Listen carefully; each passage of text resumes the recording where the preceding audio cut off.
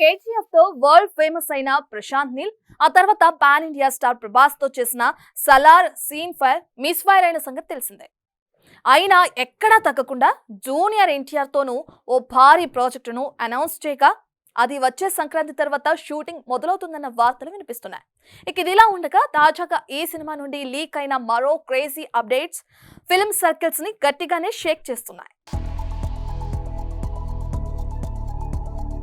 KGF ఫ్రాంచైజీతో దేశవ్యాప్తంగా సంచలనం create చేసిన ప్రశాంత్ నీల్ ఇప్పుడు వరుస ప్రాజెక్టులతో దూసుకెళ్తున్నాడు.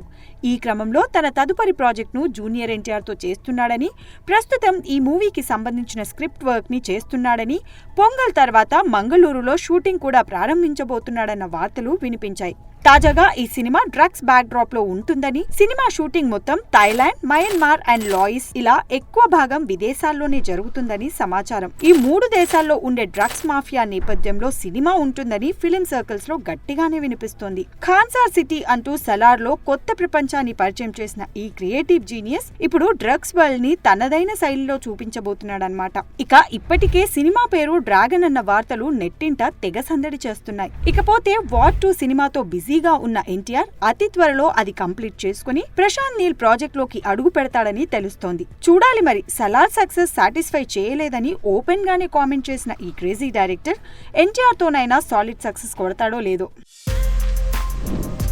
For more videos like this, subscribe Big TV channel.